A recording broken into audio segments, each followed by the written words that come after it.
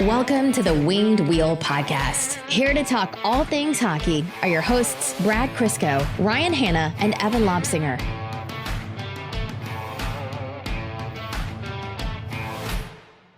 Happy birthday, Evan. The big 30. Thank you. The beginning of the end.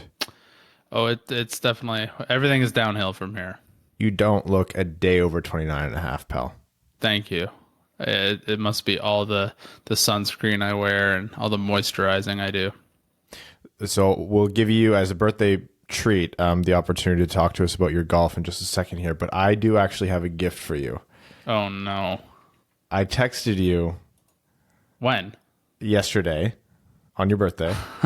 And I said, no. Happy birthday, pal.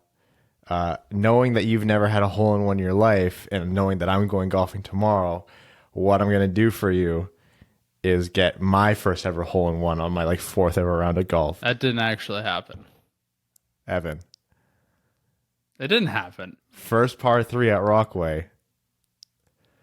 I didn't come close. No, not even. I was going to say, I'm going to need some proof, like a scorecard that's signed by someone. How devastated would you have been? That would be the worst news I've had since I turned 30.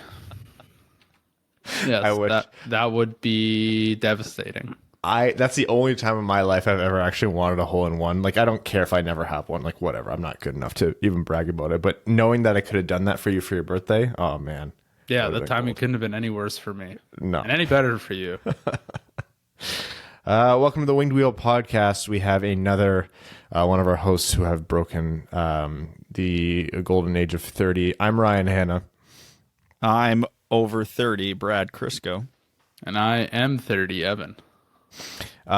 We have a lot, a little, hard to know anymore. Everything just kind of blends together into a compressed ball of content to talk about today, and we'll get to that. Brad, your beard has been tamed a little bit. Yeah. And now we have to start the petition for all of us to have devastatingly gross mustaches until we can start doing these in person again. How about this? If the Red Wings win the draft lottery, I'll rock a handlebar for a full week. If the Red Wings win the draft lottery, I'll grow out the mustache until the playoffs this year are over. Okay, you're not married, so you can do that. Wait, I'm not married, so that's more of a risk for me. That's true. There's no stability. You don't lose half your shit when she leaves. I don't know, man. We just bought a canoe together. How's she gonna take half a canoe? I don't know, lengthwise. Fuck. Okay, so we drove up to Algonquin Park to buy this canoe, which is 3.5, 4 hours from us. You drove 4 hours to buy a canoe. You don't know how hard it is to buy a good value used canoe, man. Do you know the other alternative there is to not buy a canoe? No, because every time you want to go camping, you're going to have to pay for a full canoe rental. It's not... Brad, you got to save your money. Canoeing's not mandatory. I have went camping dozens of times in my life, and I think I've been canoeing twice, Ryan. You can have fun without it. No, you got to canoe in and then get out of the canoe and lift the canoe because the canoe can't go where you're going and then get back in the canoe. It's a whole thing. Anyways, so we got a great deal on this canoe. We go to pick it up. This is our first time loading it onto, just us loading it onto the car. And we actually didn't even have Mel's car. We had our parents' SUV. And the long story short, the brackets on top were just a little bit too narrow. So it took a long time. We were there for probably 4 hours total. No, sorry, 3 hours total, buying the canoe and then loading it onto the car. And that's on top of the 4 hours driving there. And we get on the road on the way back, driving for about a minute. And we're approaching this big wooden carving of a moose on the side of the road. And it's a huge ass wood thing of a moose. And I'm driving. I'm like, man, they shouldn't put that thing on the road. It looks like an actual moose. And then it moved. And I was like, that moose almost just ruined my fucking weekend. Can you imagine we spent all that time driving up there, paying a lot of money for this canoe, getting it on the car, and a moose just killed maybe us, but definitely the car and the canoe.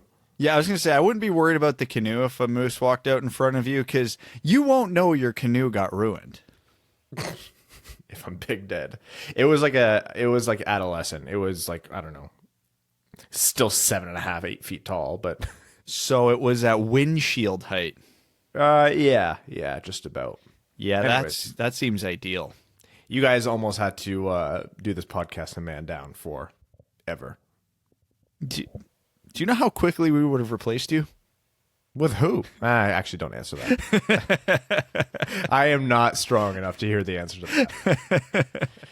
All right, Evan, before we get into hockey talk, it was your birthday.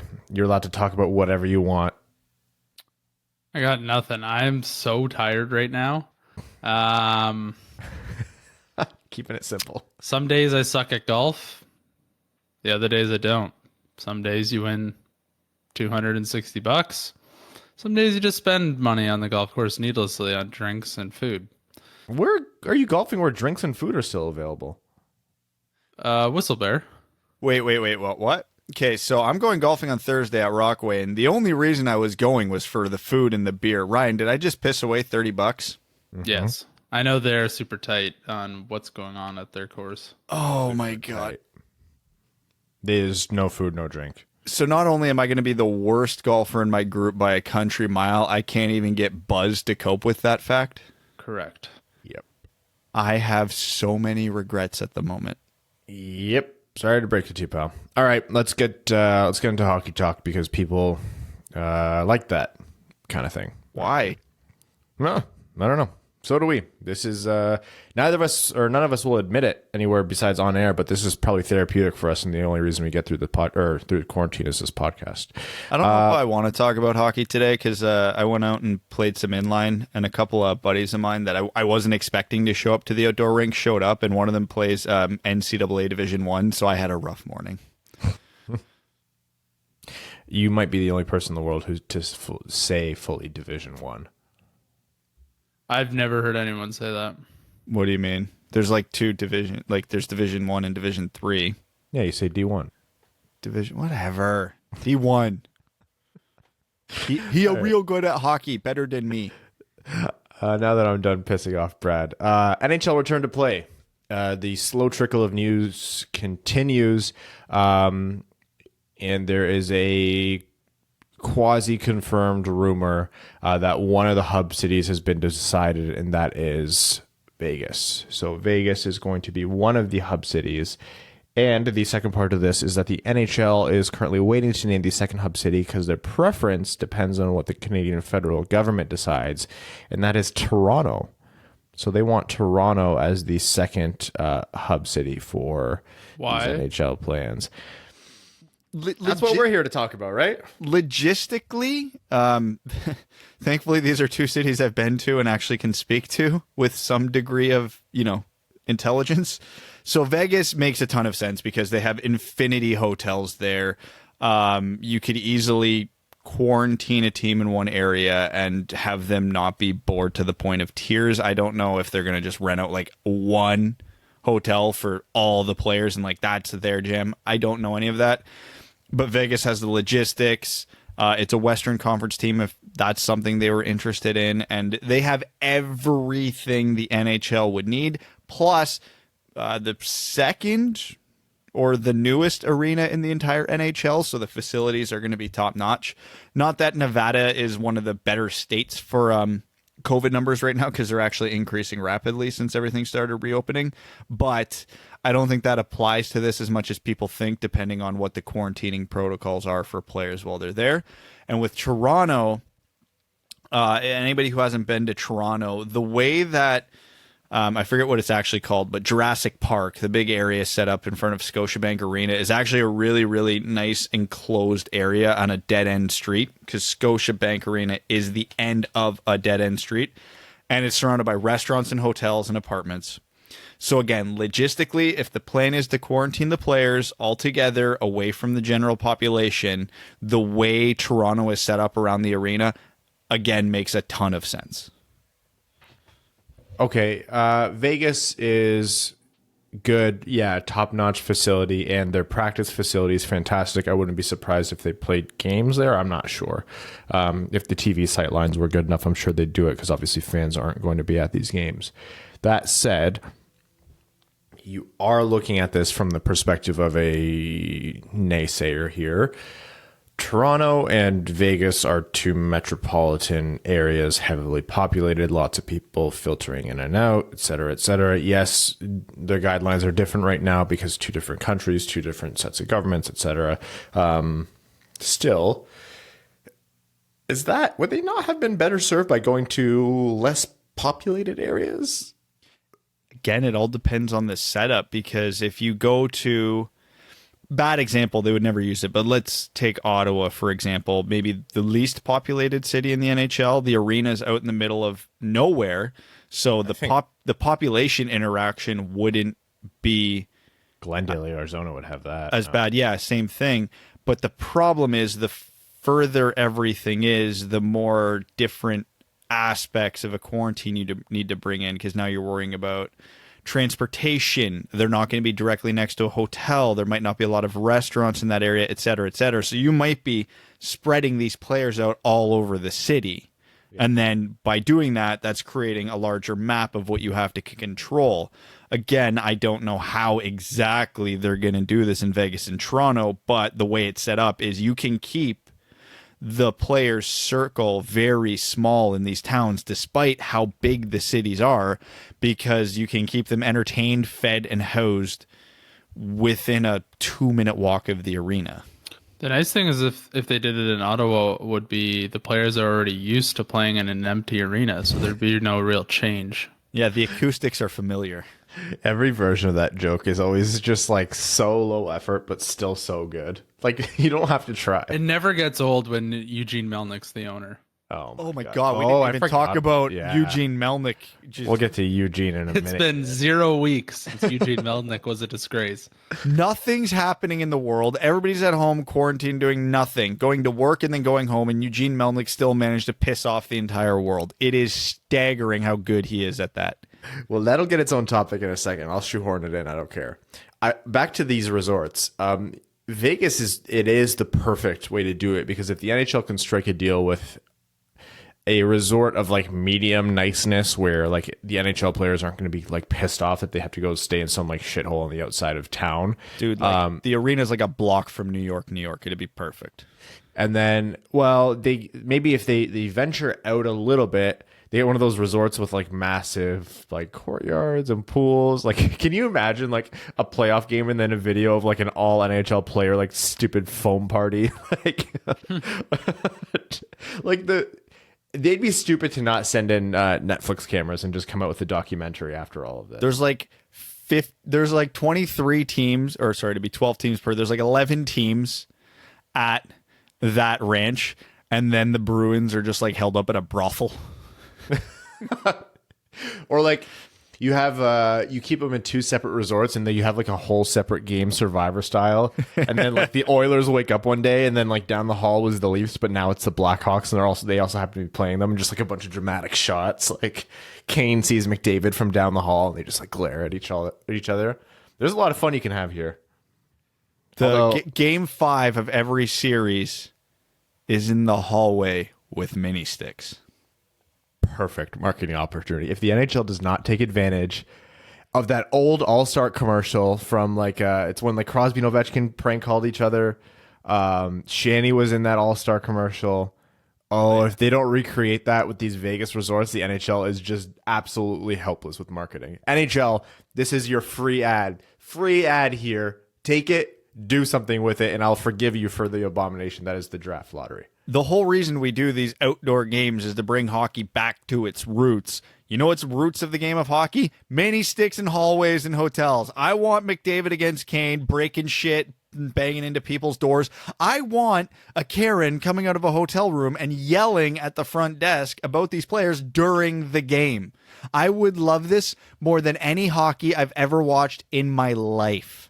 I don't even want the camera on the hallway back to the room as players go back to the room after the game, like pissed off. I want the camera outside the elevator as they get to the floor in the hotel for the losing team.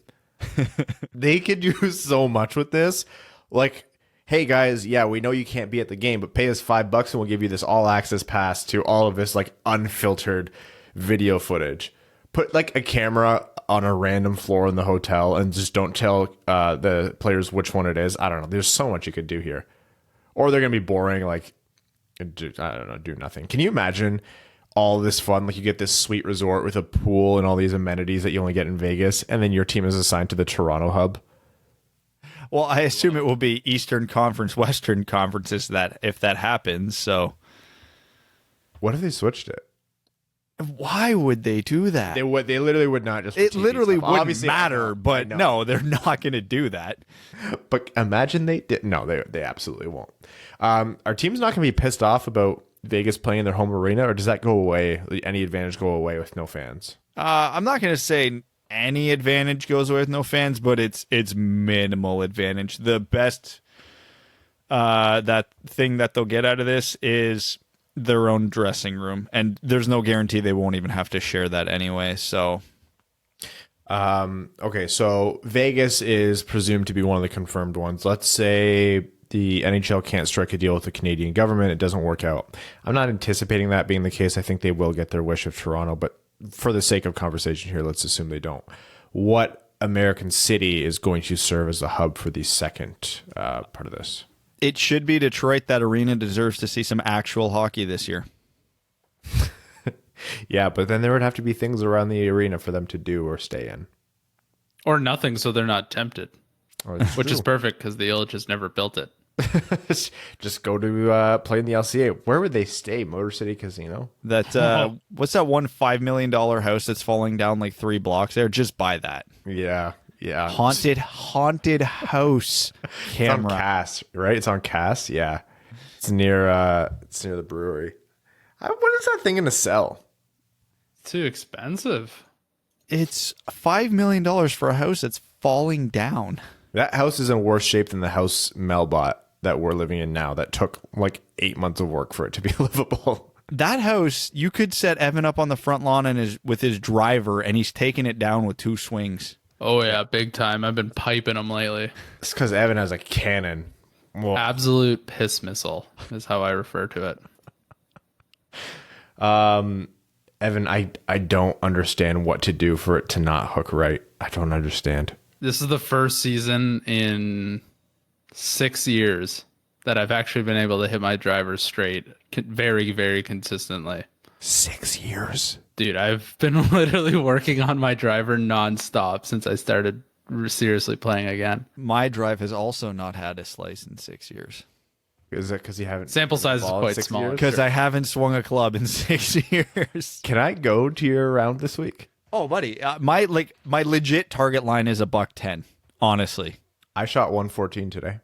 There's my target line. Oh, I I'm thought you just meant gonna yards. be your 114. No, that would be worse actually if I only drove 114 yards. Because this is gonna be the most depressing thing ever. Because oh my god, I was gonna say when I was like 18ish, which I just realized was 15 years ago. I would break 90 pretty routinely at Rockway. So this is gonna be such a shot to the ego. Oh man, that teenager me is gonna be way better at this than adult me. Okay, let's talk about Eugene Melnick here. Comic book villain. You go from finally getting a premier event in Ottawa with the outdoor game to literally the night before the game at the press conference threatening to move the team, to all his legal battles, to the whole LeBreton Flats and torpedoing the arena deal that would have basically saved the team, to once again threatening to move the team, to almost dying and being saved by a fan who donated, I can't remember if it was a kidney or liver, but due to an organ donation from a fan is the only reason he's alive, to then setting up an organ donation charity to which he raised almost $1 million through, and out of that $1 million he raised, donated 0.5% of it to actual charity. It is... He's the worst owner in sports, right? And I understand that Snyder and Dolan exist in this universe, but this is the worst owner in professional sports, yes? Yeah. Oh, yeah. Has to be. Also, Brad, it was $5,000 out of $1 million, right? Yes, I believe so. 0.005%. Oh my God.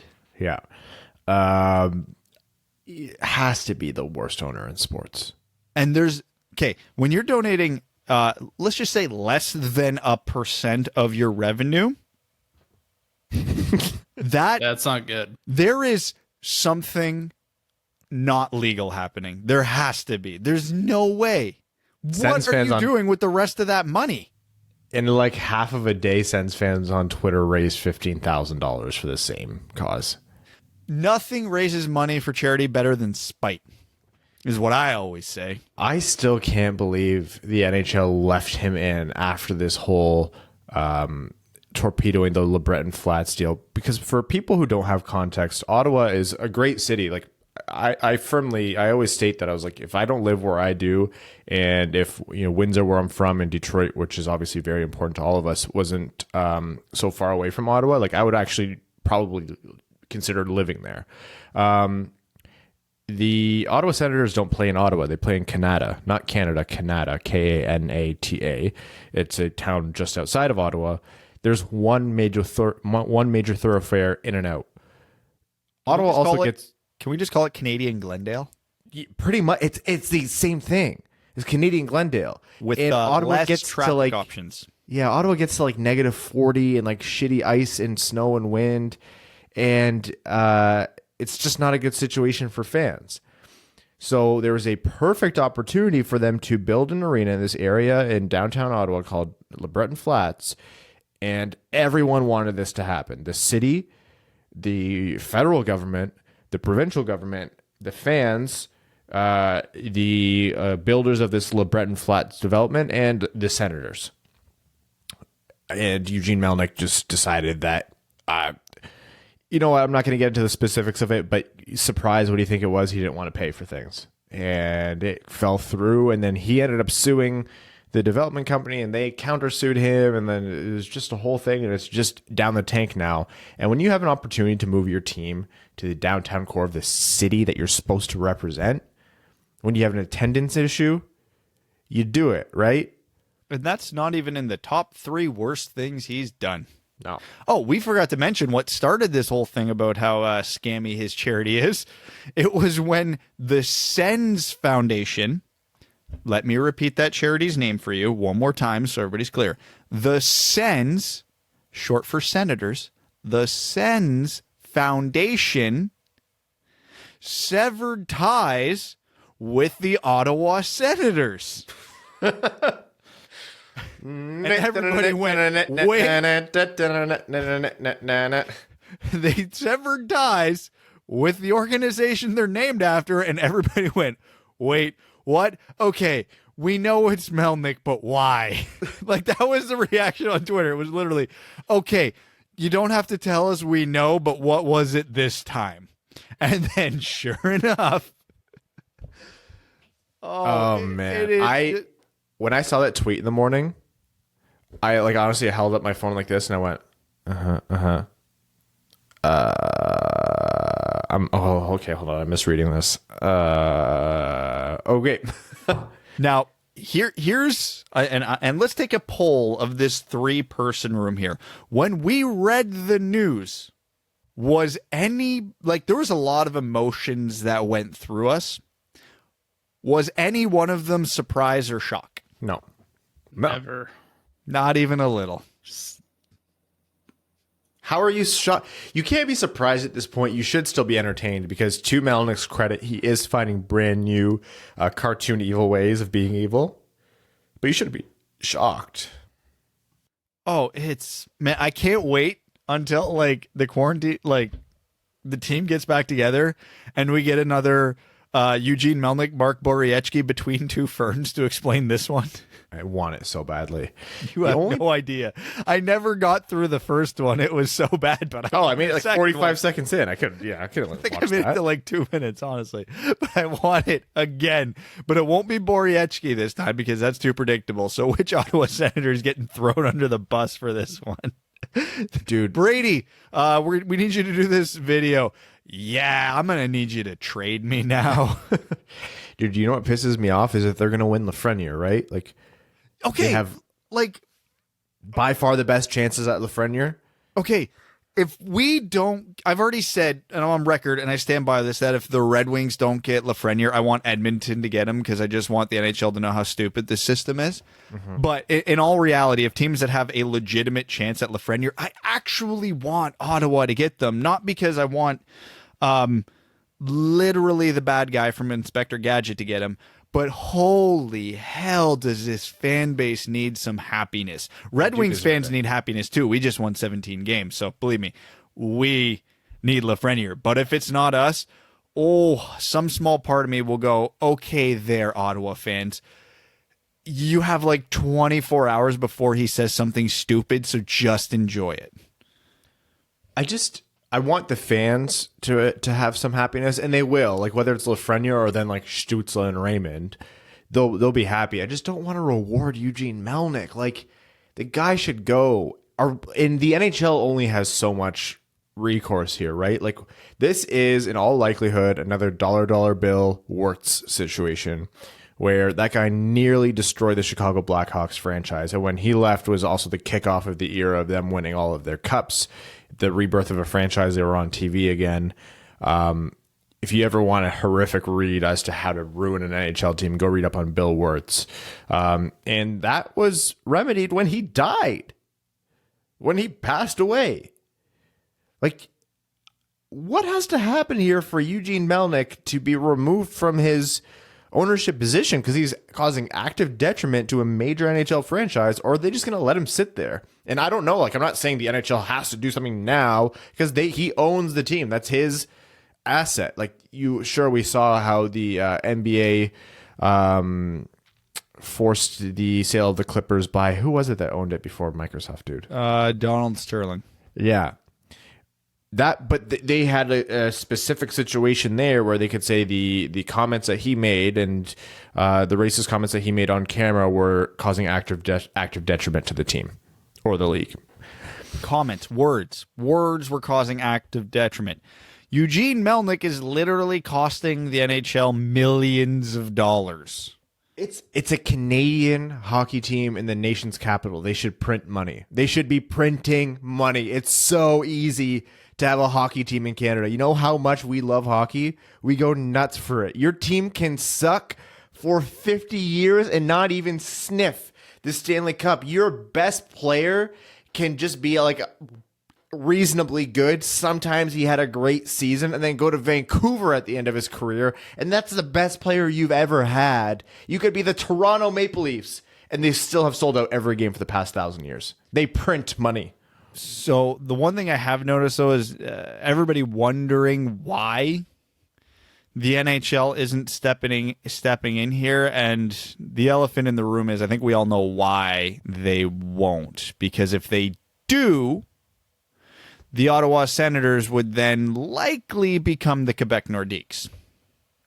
No. Because I don't think there's an ownership group out there, that at least none that I've heard of, that have any intention or any interest in the Ottawa Senators and keeping them in Ottawa. The three big ownership groups that are angling for teams are Quebec, Houston, and a private group out of the GTA that wants to put a team in like Markham or something like that. So, and honestly, versus those three markets, yeah, you're probably going to make less money in Ottawa than any of those three markets. So it's a no-win situation because you either keep Melnick or you move the team are the likely outcomes here. Now, that's not to say there isn't some mystery billionaire sitting in the wings who, as soon as Ottawa goes up for sale, goes, yep, I'll do it.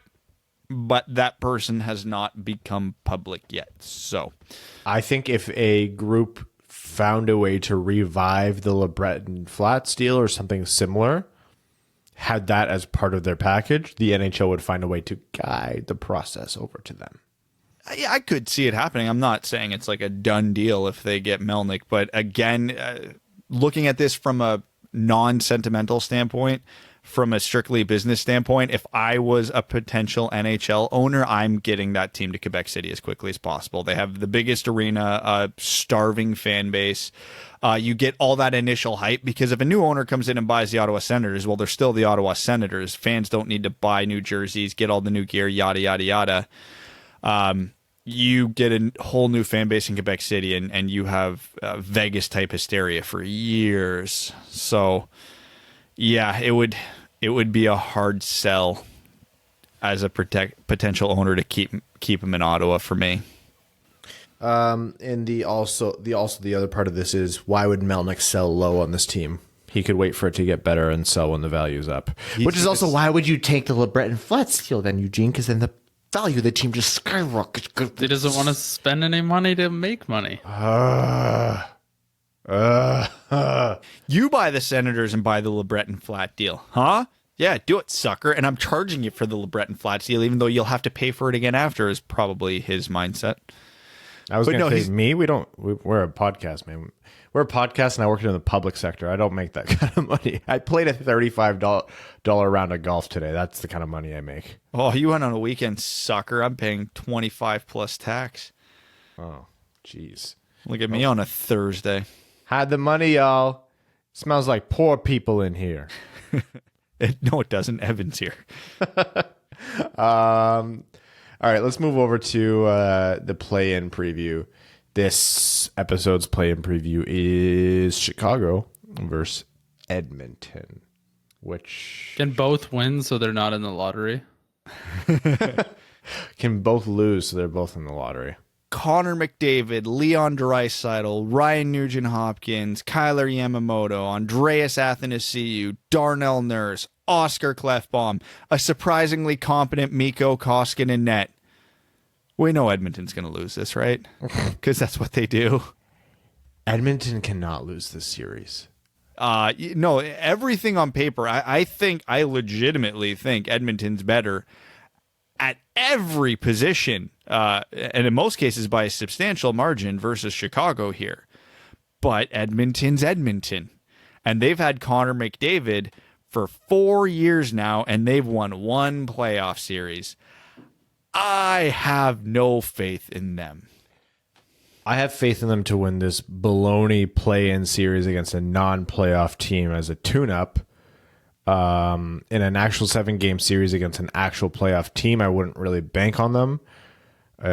If you have a healthy McDavid and a healthy Draisaitl and a healthy Yamamoto and a healthy Athanasiou, and you have a goalie that's half decent, I don't see how they lose this. I can see them dropping a game that they shouldn't drop, though. Patrick Kane and Corey Crawford thinks he's 25 for like a week. Yeah, if Corey Crawford, I think, is the true difference maker here as to whether Chicago even takes any games. Like Kane and Taves are Kane and Taves. They're going to be great no matter what. Keith and Seabrook are a liability at this point in their career, so they're not a factor like they were in the past. But then you have Edmonton is just like, they should be way better than they are, but they're still really good. And at the end of the day, you have 2 game-breaking players up front and a lot of other really good players. They cannot possibly lose this unless Koskinen is just like Martin Jones in the playoffs level bad, like first shot of every period goes in level bad. So, at which point? See, the thing is, remember, Edmonton can't ever get out of their own way. Like, I don't know the numbers this year, but I know Mike Smith has been real bad for a few years now, and Mikko Koskinen's been all right. I'll bet money they start Mike Smith in these playoffs because he had that one good playoff season last year. So they'll be like, okay, yeah, he's good in the playoffs. We'll play him. And then he melts down for 2 games, and it's too late at that point. I could see that absolutely happening to Edmonton. How do you even... No, you would not really... You wouldn't start Mike Smith with Koskinen having a better season. Yeah, you said that with absolutely no confidence in your voice. So what do you think? So, like, okay, just looking it up. So Koskinen put up a 2.75 and a 9.17 this year. And Mike Smith's page is loading slowly. And he had a 9.02. Yeah, no, they're going to start Smith. That'll be the most Edmonton thing that's ever Edmontoned. They have who's the coach? Dave Tippett and Ken Holland's the GM. Love both of them, both old school guys. Oh, God, they're going to start Mike Smith, aren't they? They're going to do it. They're going to do it.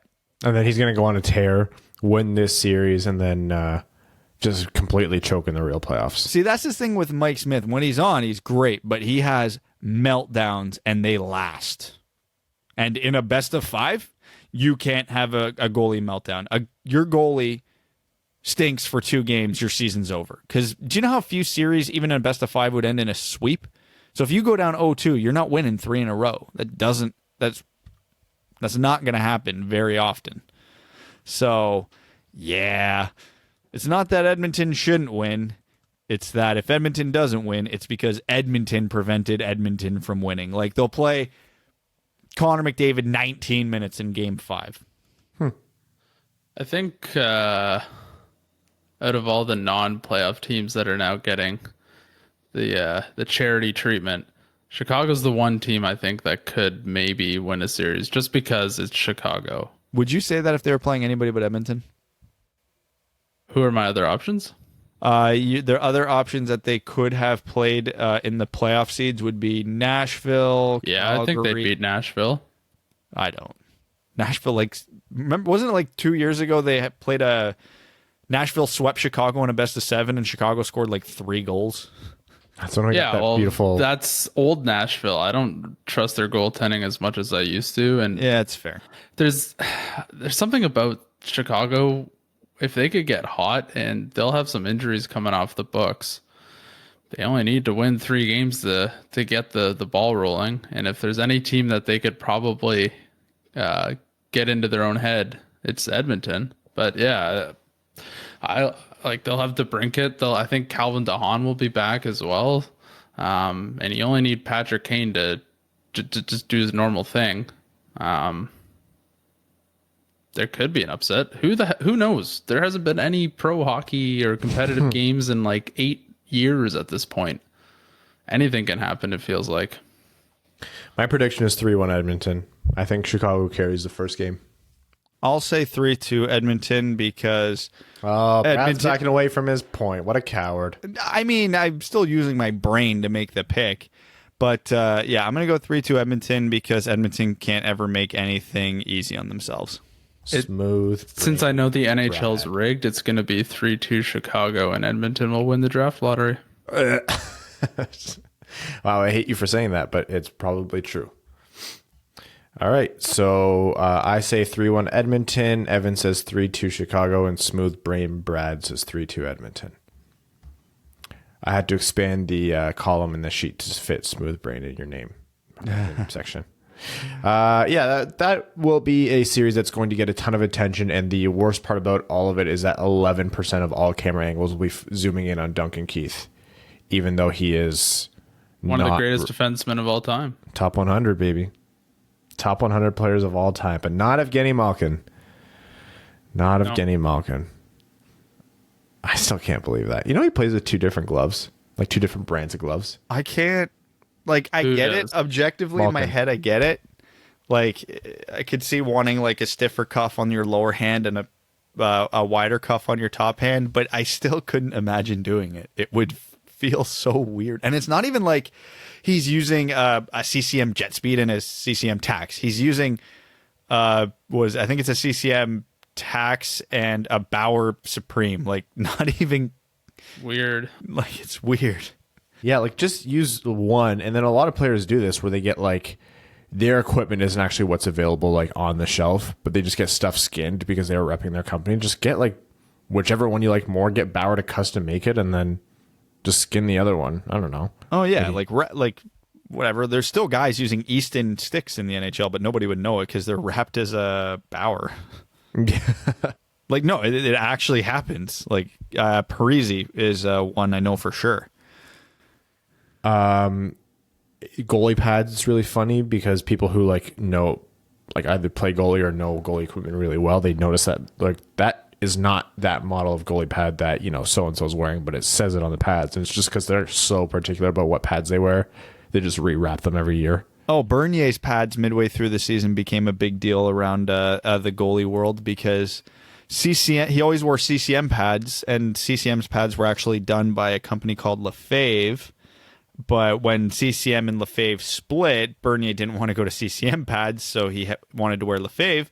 But Lefebvre didn't pay the big ass number the NHL requires to actually have your logo visible on equipment in the NHL, so his pads were blank for the second half of the year. That's sweet. I love that. Lefebvre is French for the fave. And he was our fave this year. That's hard-hitting analysis from Evan Lobsinger. All right, let's get into this episode's NHL draft prospect profile, which is Brendan Brisson, centerman out of Chicago in the USHL. Brad, take us away. Brisson, interesting prospect because he's going to be the rare overage forward coming out of the USHL actually getting first-round consideration. The reason that's weird is because anybody who plays in the USHL, you would stop after your 17-year-old year and then go NCAA because you can, which is why Brady Tkachuk and Quinn Hughes were drafted out of the NCAA because they were late birthdays, so they could. He went back and played in the USHL, and he dominated. Looked amazing, was great at the World Junior A Challenge. Brisson passed just about every test you would expect of him this year. Huge numbers. Team was the best team in the league. His hands are unreal. His one-on-ones with defensemen are great. High hockey IQ.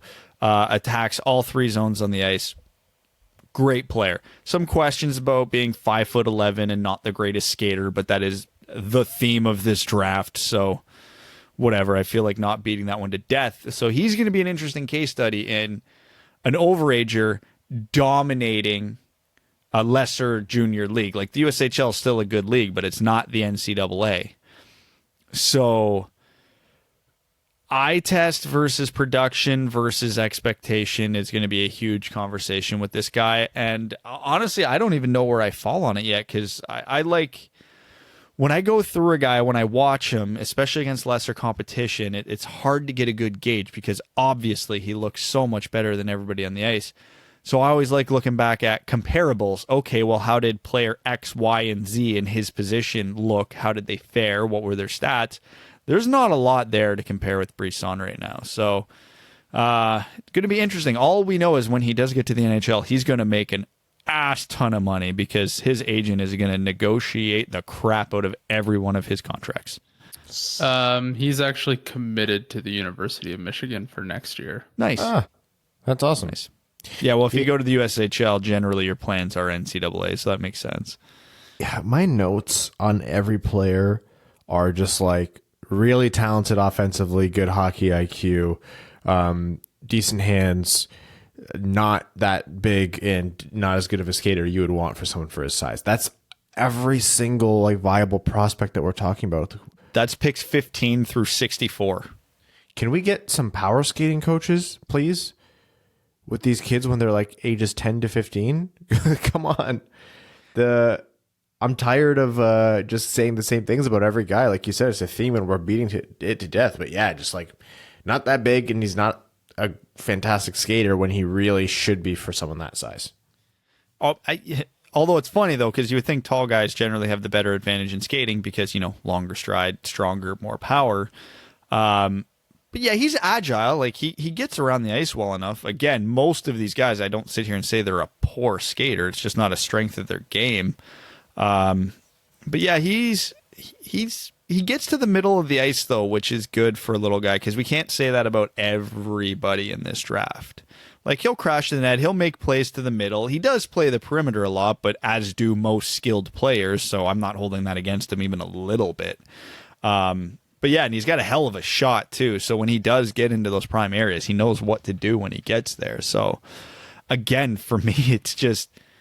Is he going to dominate the NCAA? Is he going to be there? Is he going to be a guy? I don't know. This is a tough one for me. And I hesitate to call him little too. Like he's 5'11", and he's not like a thin 5'11" either. So, by no means is he tiny. The NHL is getting smaller and smaller over time, so he's not going to stick out like a sore thumb with his height, especially for a skilled player. But yeah, skilled player he is. I think he's got really, really great hockey sense, and when the puck is on his stick in the offensive zone, he has the opportunity or the capacity to make things happen.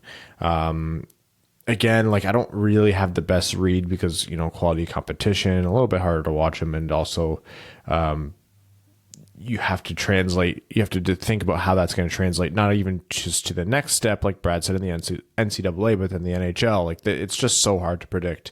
If I'm a team in the middle of the first round where I've seen him projected as high as that, I'm not sure I'm taking that risk on him.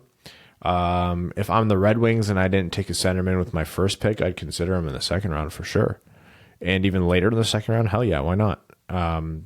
Especially for a guy that's going to Michigan, really easy to watch him.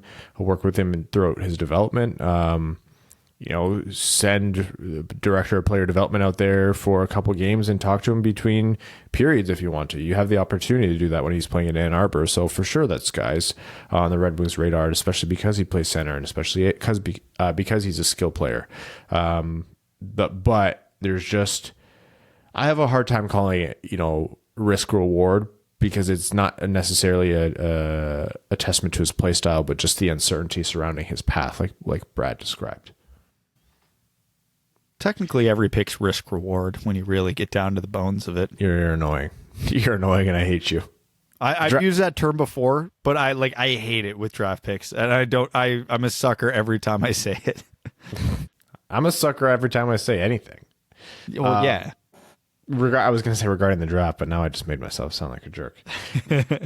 No, it's not to dunk on the USHL either. Like, it's not bad hockey by any means. It's just like it's not the typical path, and so you don't really have as much of a body of work. Like, we didn't really know what to expect of Moritz Seider coming out of the DEL.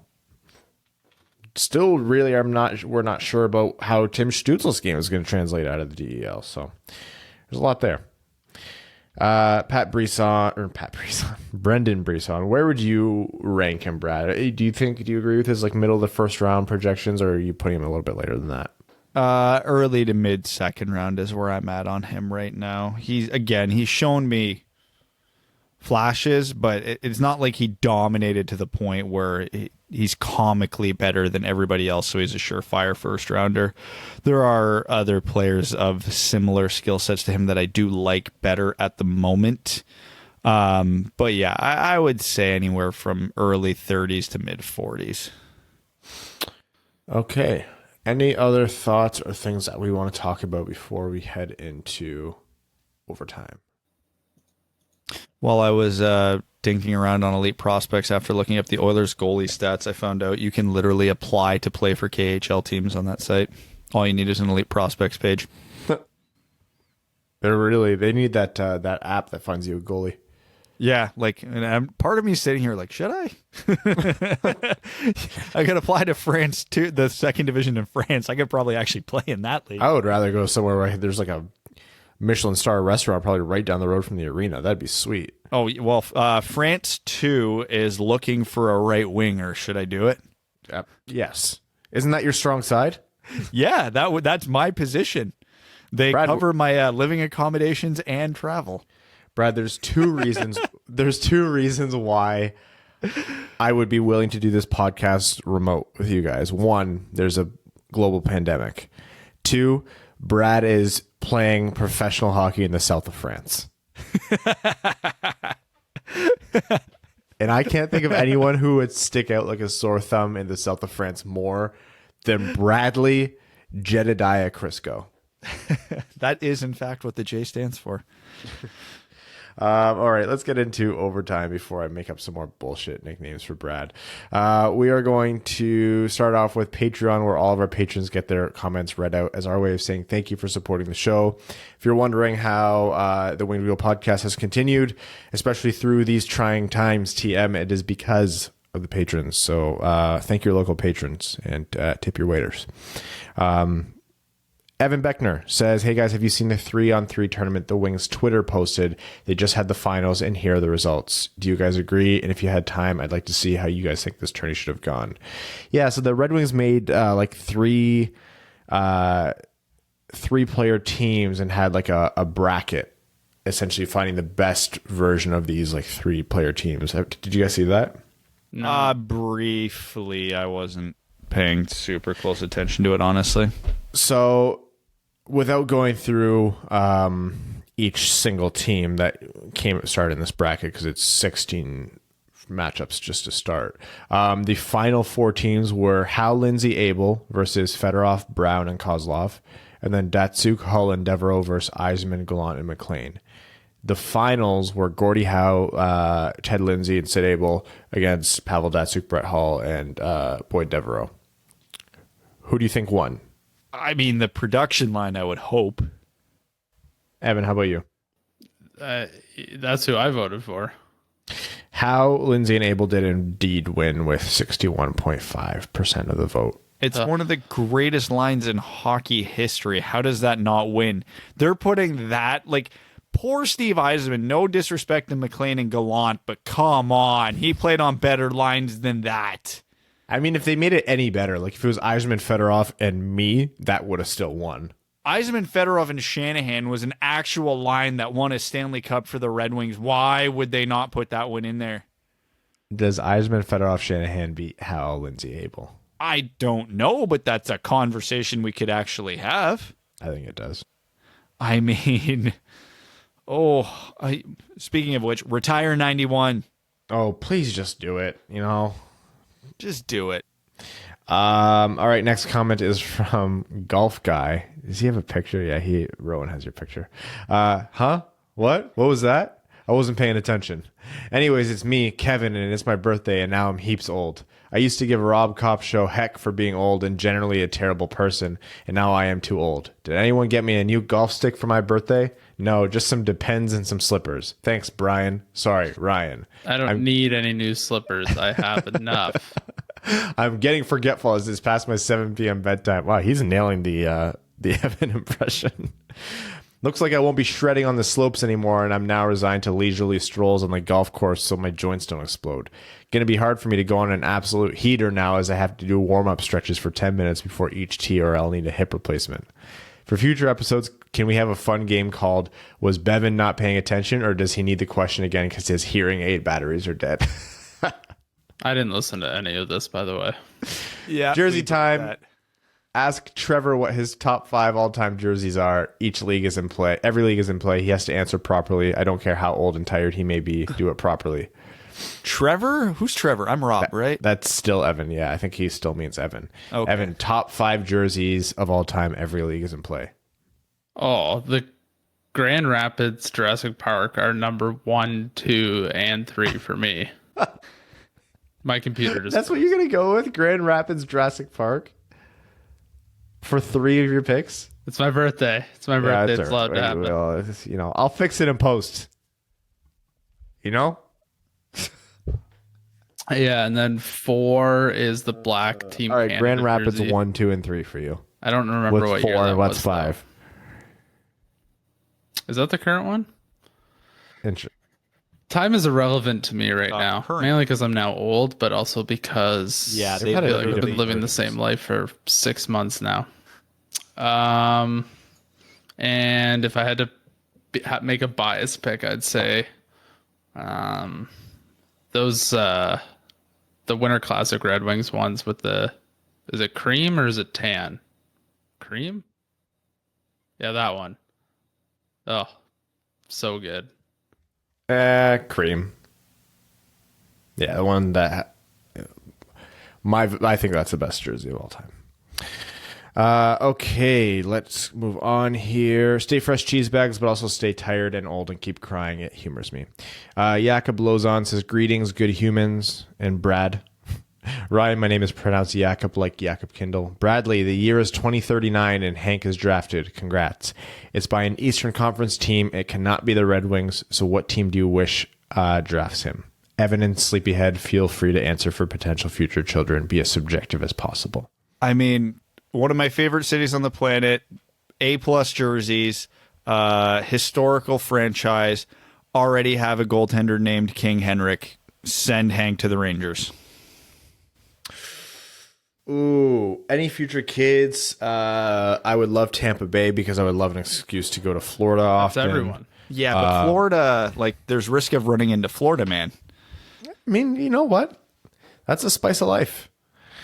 Wouldn't want Toronto, despite it being close. Seattle. The Habs, or not the Habs, the Canucks would be sweet. The Canucks are out west. Oh, he said Eastern Conference team. Yeah, we can't pick Seattle and Vancouver. Yeah, We're stupid. Bad at this. Yeah, let's go. Rangers is a good one. I like New York. All right. I love Philly as a city. When I visited Philly, Philly's an awesome city. I think everyone should go to Philly.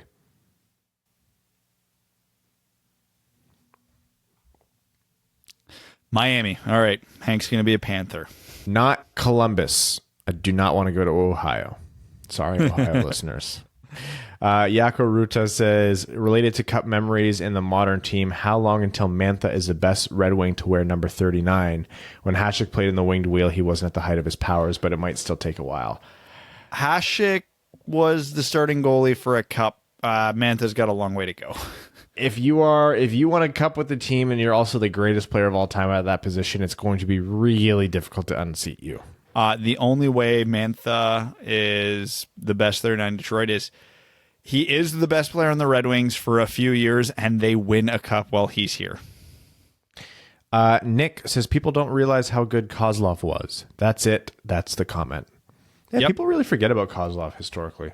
Yeah, he Atlanta Thrashers legend. Actually, if you want to laugh about that, go look up his numbers in Atlanta. They were actually still real good. Chris Smith says, hear me out, the Seattle Chaz.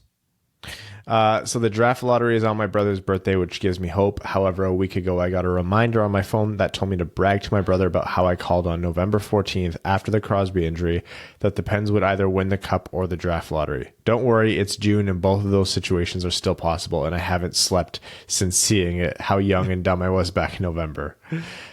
So has there ever been a moment that you feel like a stupid comment you made jinx your team and actually came true? Yeah, there's one answer to this. It's when I was singing Living on a Prayer after the Red Wings went up 2-0 on Pittsburgh in 2009. Yes. I just feel like everything I say is a jinx in some capacity because everything goes wrong all the time. So, yeah, True. just everything. Anytime I say, oh, this is going really well, 5 Evans seconds never later, regretted anything in something his life. blows up.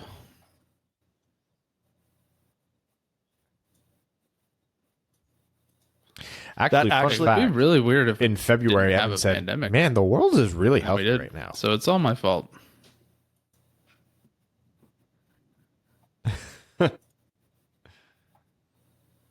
It was that just reminded me of a topic we already covered today, where there's a tweet that seems to make its rounds around Twitter every 4 months from a noted Senators fan, Bonks Mullet, who says things couldn't possibly get worse. ... Things immediately get 10 times worse, and the amount timeless of use that tweet has got in Sens Twitter is depressing. Evan Pardo says, I know it's super early, but I'm curious to hear any thoughts on the top 5-ish prospects for the 2021 draft. It projects to be defense heavy first round, but how many of those D-men are going to be worth a top 6 pick? Thanks, fellas. The two that, again, what I've seen of these kids is like I've seen maybe 7 of them actually play.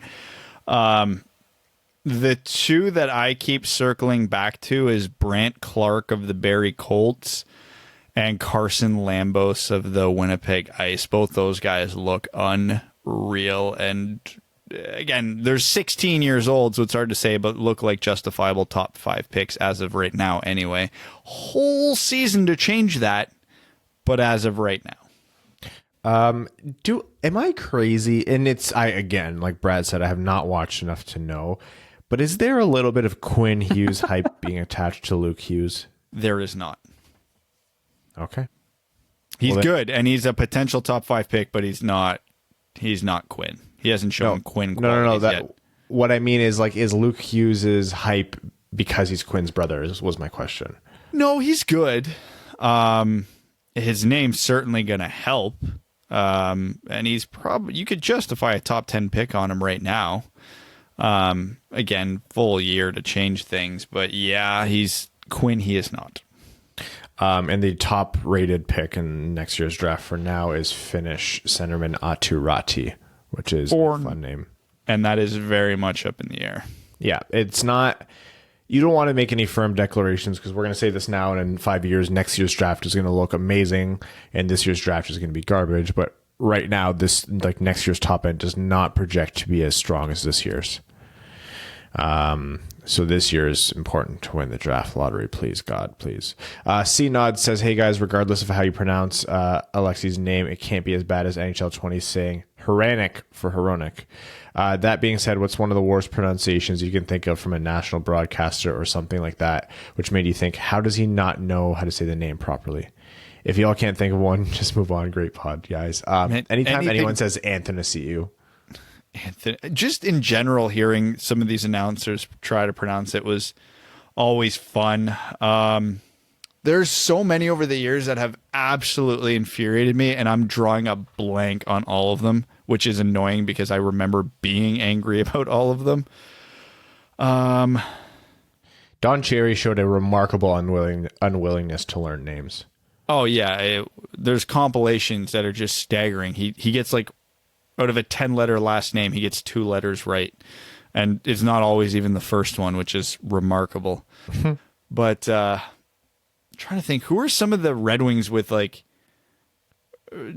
not super common names, but how are you getting that one wrong? People said Datsuk sometimes, which pissed me off.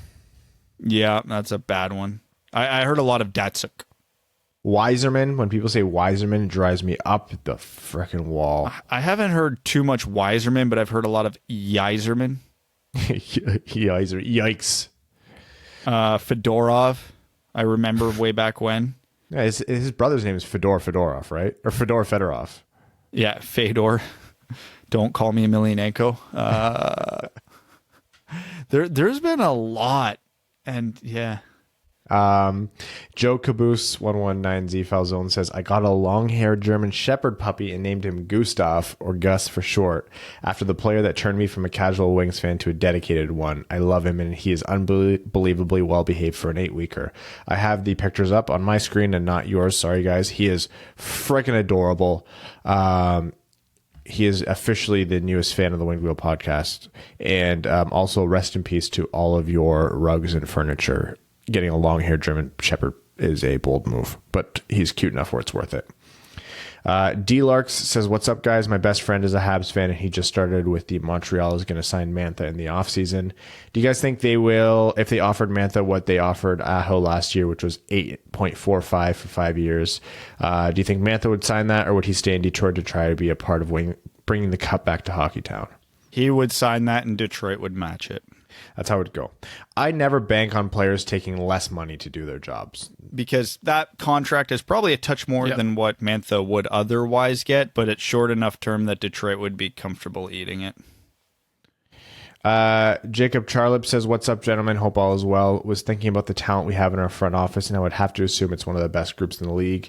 In an alternate universe where front offices play attorney for number 1 picks, does anyone come close to us? Do you mean hockey-wise? Joe Sakic is up there. He's up there. Yeah, there's a lot of former players who are GMs right now. But yeah, Sakic and Eisman are probably the 2 best. I think Rob Blake is still GM out in L.A. Well, Detroit has Eisman, they have Verbeek, they have Draper. They have a world where Yuri Fisher played a full career. They have Sean Horkoff. They have Dan Cleary.